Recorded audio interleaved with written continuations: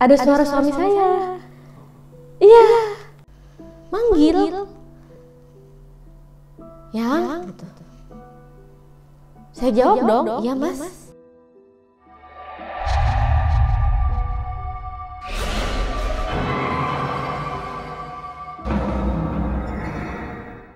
Buka pintu enggak? Apa enggak? Enggak, saya cuman matiin showernya. Saya jawab, iya mas, gitu. Persis suara suami saya, mas. Kalau di hotel itu untuk naik ke atas aja, ke lantai yang kita, itu harus pakai kartu akses. Nggak mungkin dong suami saya bisa naik ke atas, seharusnya saya jemput. Saya bingung. Karena udah ngerasa itu bukan suami saya ya, bukan suara suami saya, ya saya cepet-cepet mandi, terus saya turun makan malam ke bawah. Seenggaknya saya nggak sendirian lah di kamar. Pas ke bawah itu selesai makan, saya tanya lagi suami saya sampai mana, masih di jalan. Terpaksa saya harus naik ke atas lagi ke kamar. Mbaknya naik ke atas sendiri lagi tuh? Sendiri lagi, itu posisi udah jam 9 lah. Karena suami ternyata nggak bisa datang? Datang, tapi nanti masih di jalan. Terus saya di kamar, saya nonton TV kan. Jadi saya mindahin kursi mas. Mindahin kursi dari yang tidak terlalu dekat sama TV, saya pindahin ke depan TV. Ya, jadi karena sofanya itu terlalu jauh, saya mau itu kursi. Nah, saya naruh kursi itu agak garis lurus dengan lemari yang di depan pintu kamar mandi. Itu lemari yang ada kacanya. Bentar. Gitu. Mbaknya alasannya pindah kursi kenapa ya? Apakah ada sesuatu di situ bagaimana? Jadi, itu juga sih. Jadi kursinya ini dia, posisi kursi yang saya pindahkan itu sebelumnya ada di sisi yang sampingnya kasur. Jadi ini pembatas kaca, ini kasur, di sini ada kursi satu. Sebelah kanan. Ya, sebelah kanan. Kan kasur di tengah. Ini area kamar mandi sama meja, lemari, kasur, ini kursinya. Nah, saya ngerasa gimana ya? Kursinya itu aneh gitu. Ngapain ada kursi di pojok kanan sendiri? Yang kalau saya nonton, saya bisa lihat kursi itu. Kayak ada yang duduk. Iya. Biasanya kita secara nggak sadar ya, kayak mikir gitu, itu ada yang duduk gitu lah, kayak bayangan. Iya, kayak bayangan gitu. Kan kalau kita lihat ke depan, kita tetap aja bisa ngelihat kanan kiri gitu kan, pandangan matanya, sudut mata gitu. Karena saya ngerasa nggak tenang sama kursi itu, saya pindahin aja, saya geret. Nah itu makanya saya bisa bilang kalau geret kursi, geret furnitur lah, itu pasti bunyi lantainya itu, karena saya juga pindahin kursi gitu. Makanya saya paham kenapa Mbak R bilang kayak denger suara itu kursi. Dan ini saya bukan di waktu yang sama dengan mereka mendengar furnitur ya, ini saya malam berikutnya. Jadi bukan saya yang pindahin barang gitu. Saya pindahin lah ke depan TV, saya dudukin kursinya sambil nonton TV. Nah ini mas, saya ngalamin mirip dengan Mbak R. Saya sambil nonton TV itu, lemari kaca yang di samping kamar mandi itu ada di sudut mata saya yang kiri. Nah selama saya nonton, ada bayangan hitam lewat di cermin, ngelihat sekali, dua kali, sampai ketiga kali saya penasaran, ini apa sih?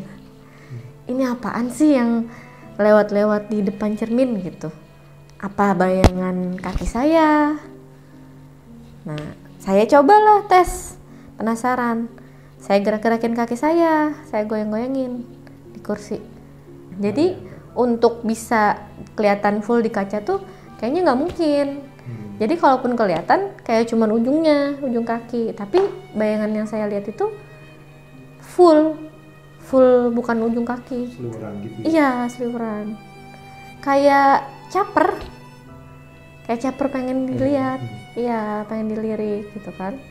Lagian ngapain juga saya nonton TV sambil goyang-goyangin kaki?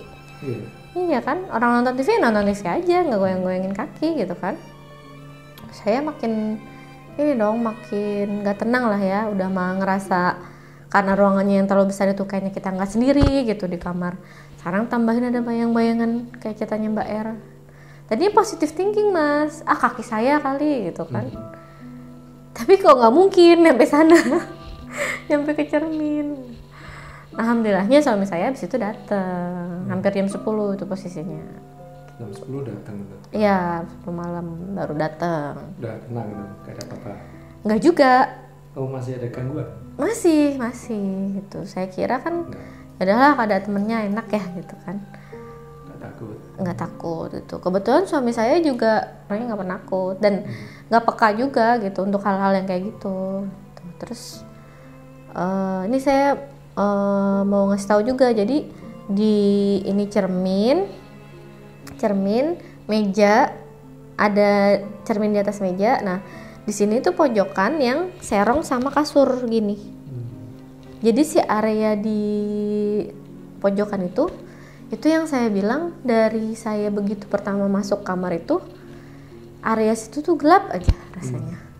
Padahal ada penerangan, ada lampu di atasnya. Jadi sampai saya check out, saya nggak pernah ke pojokan situ. Nggak tahu, nggak pengen aja gitu, hawanya nggak enak. Terus pas suami datang, dia biasa kayak udah langsung pengen istirahat gitu kan, langsung pengen tidur. Nah saya nggak berani untuk tidur di sisi yang deket ke meja ini, deket ke lemari. Jadi suami saya yang tidur di situ. Suami pinggir dekat kaca ya suami? Iya tuh, karena udah malam ya udah kita langsung istirahat kan. Nah jeleknya hotel itu adalah kasurnya besar banget. Kasurnya itu bisa sampai ditempatin sama 3 orang kalau empet-empetan ya. Karena saya takut, jadi saya mepet ke suami kan. Kita mepet ke ujung pinggir. Otomatis ada space di belakang saya. Di kanan ada kosong? Iya, di kanan ada kosong. Nah kan saya juga nggak berani madep ke kanan ya. Saya madep ke kiri itu, deketin suami saya. Suami saya karena udah malam, udah capek, mungkin dia tidurnya cepet. Saya susah sekali untuk tidur. Biarpun kamar mewah, kasur empuk gitu ya, capek juga sebenarnya mas. Tapi nggak bisa tidur, gelisah. Itu yang saya bilang. Jadi gimana ya? Oh ya, itu AC-nya tuh karena ruangannya besar, AC-nya tuh ada 2. Satu yang dekat ruang TV, satu yang di atas meja gitu. Jadi ada 2 kan. Harusnya hawanya dingin, ya kan? Logikanya kalau AC-nya 2 dingin dong. Nah, ini rasanya tuh hawanya gerah. Iya. Nggak ada AC-nya. Kayak nggak kerasa AC-nya. Padahal AC-nya 2 gitu kan, dan dua-duanya saya nyalain. Kayak pengap aja gitu rasanya. Makanya saya juga tidurnya gelisah. Dan itu saya sampai nggak pakai selimut. Jadi suami saya aja yang pakai selimut. Karena saya saking ngerasa gerah nggak nyamannya itu. Nah terus biasa ya kan kita kalau tidur yang gelisah itu kayak dikit-dikit bangun. Nah dan kita nggak berani matiin lampu sama sekali. Semua lampunya kita nyalain. Kan kalau orang tidur pakai lampu kuning gitu ya, lampu tidur ada kan pasti lampu di samping kasur. Saya saking nggak tenangnya, saya nggak berani matiin lampu mas. Takutnya kan tuh terus. Iya, pas saya kebangun-bangun tuh, setiap saya kebangun,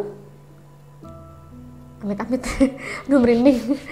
Setiap saya kebangun kan otomatis karena kasurnya di sini, dia kan madep ke arah jendela. Nah, pojokan yang saya bilang saya nggak pernah berani ke arah situ, otomatis kan ada di pandangan mata saya. Karena tidur saya agak ke kiri, arah ke depan, ke sudut itu, sudut yang gelap itu, yang bahkan saat lampu dinyalakan juga dia hawanya masih gelap, tetap gelap gitu. Itu saya setiap kebangun, saya terpaksa ngelihat ke arah sana, ada perasaan, aduh merinding lagi, ada perasaan bahwa di sudut itu tuh ada sesuatu gitu yang mungkin kayak auranya kuat gitu ya. Ya saya nggak bisa tidur nyenyak, tapi suami saya curang, dia tidurnya nyenyak sekali. Ya terpaksa ya, kita kan ya mau masa nggak mau tidur gitu kan, nggak mungkin gitu. Nah itu juga karena yang tadi saya bilang kasurnya terlalu besar, masih sebenarnya ada space sisa untuk orang. Ya saya ngerasa, aduh merinding lagi, itu ada yang merasa ada yang tidur di samping kanan saya. Berarti kayak mbaknya nempel ke sini, Iya, ada orang. kosong, iya kan, karena kosong, iya. Dan salah saya saya meninggalkan satu bantal di situ. Aduh. Jadi kalau di hotel itu kita kan dapatnya nggak cuman 2 bantal, jadi dapatnya tuh 4, 2 di sini, 2 di sini, lalu di depannya ada 2 lagi. Nah, saya cuman ambil satu bantal yang di kanan, bantal yang satunya tuh saya biarin di situ gitu, biarin di sisi kanan. Itu salahnya saya. Harusnya nggak usah saya kasih bantal. Saya ambil harusnya bantalnya. Biarpun leher saya pegel nih, madep ke kiri terus gitu, saya ya nggak berani lihat kanan.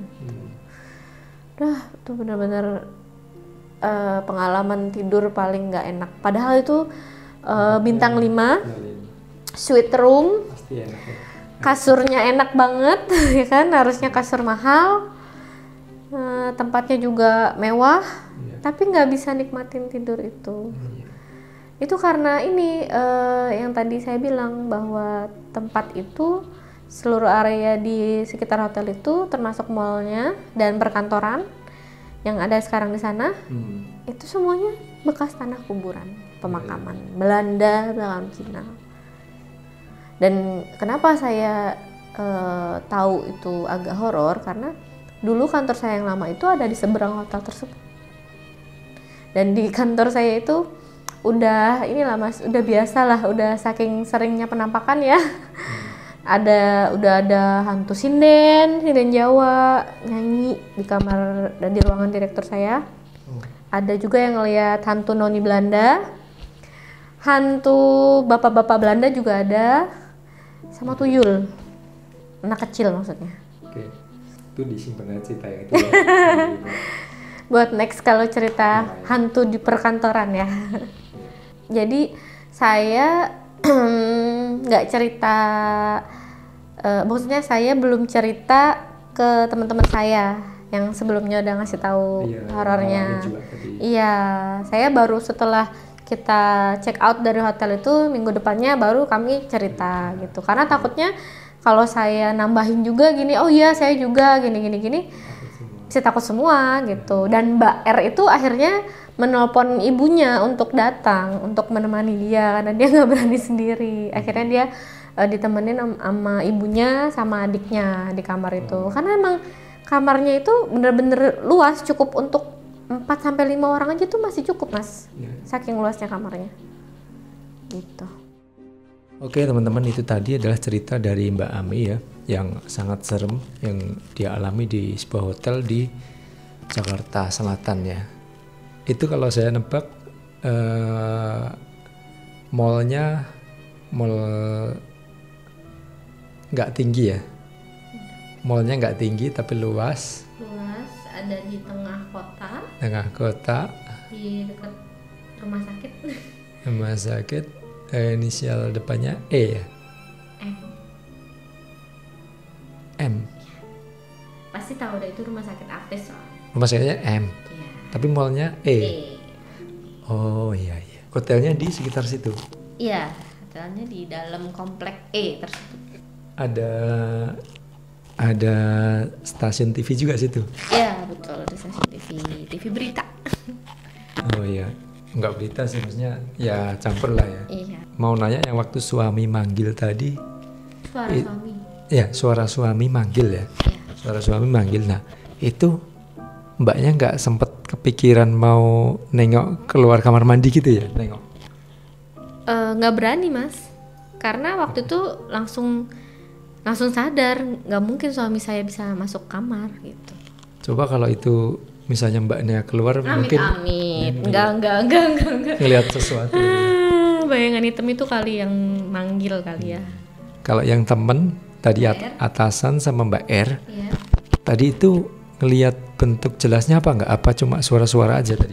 Kalau Mbak R itu sama kayak saya, bayangan hitam. Oh. Yang pertama dia kira positive thinking itu rambutnya. Tapi nggak mungkin rambutnya jalan-jalan bolak-balik di cermin meja itu. Dan itu posisinya sama lagi ya di situ, di dekat cermin juga ya? Iya, dia nunjukinnya itu di cermin. Kayak di ya area Samping yang kasur ya? samping kasur, deretannya lemari. Ibu atasannya itu nggak ngelihat, tapi suara yang di atas itu Iya, ya? yang dia benar-benar ngotot, yakin kalau suara yang dia dengar itu suara-suara dari lantai atasnya. Padahal dia di lantai paling tinggi kamarnya. Yakin juga dia tuh ngelihat pemandangan pemakaman dari jendelanya. Harusnya itu bukan menghadap ke pemakaman. Nah ini nih, bentar. Ini dia ngelihat pemakaman tuh kondisi pas malam ya? Maghrib. Maghrib udah kelihatan. Gorden, iya. Maghrib kelihatan pemakaman. Nah, Ya, sebelum maghrib. tapi pas siangnya dia ngelihat lagi keluar tuh beda apa emang makam? Apa pas siang gedung-gedung? Gedung, siang gedung-gedung biasa. Itu yang kita masih berusaha membenarkan, ya kan itu depannya kantor, gedung-gedung, nggak mungkin lihat pemakaman gitu. Serem juga ya, berarti begitu maghrib mata mungkin kayak dirubah, tahu-tahu kayak ngelihat makam di kaca ya, Iya, di kaca hotel itu ya. Padahal siangnya tuh perkantoran gitu. Serem sih itu. Oke, segitu aja teman-teman cerita dari Mbak Ami yang sangat bikin merinding pastinya. Nah, nanti masih ada cerita yang lain ya Mbak ya? Lah next ya, Ada. mungkin. Lebih serem kayaknya, Iya, karena tempatnya juga lebih serem. Oke. Terima kasih teman-teman catatan misteri. Ini di program baru ya, di Omong Horor. Kalau ada yang mengalami cerita serem-serem seperti Mbak Ami tadi, boleh kontak di komen atau nanti saya kirimkan alamat email supaya Anda semua bisa cerita di sini di Omor ini. Nah, oke Mbak, terima kasih ya. Oke, assalamualaikum warahmatullahi wabarakatuh. Catatan misteri.